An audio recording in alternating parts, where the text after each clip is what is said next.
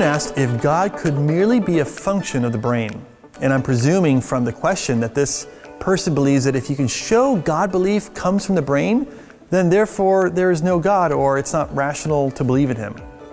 And it seems there are at least two missteps in thinking here. And the first is this. This type of reasoning confuses the biology of belief with the reasons for belief. Yes, there might be certain neurobiological things going on in your brain when you think about God, but that doesn't mean there aren't good reasons to believe God exists that are completely independent of your brain function. In fact, disqualifying a person's belief in God by showing the genesis of their belief arising in their brain is actually a mistaken thinking called the genetic fallacy.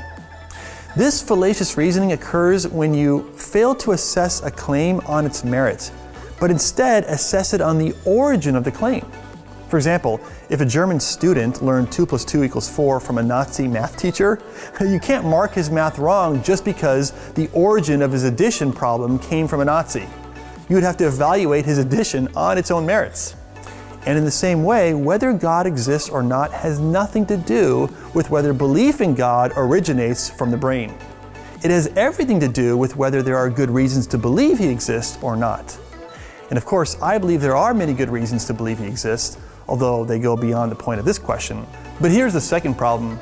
Even if there is some kind of hardwiring in our brain that leads us to believe in God, how is this an argument against God's existence?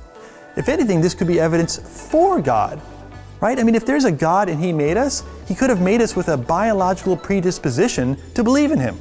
That could certainly explain the overwhelming amount of people on this planet that believe in God.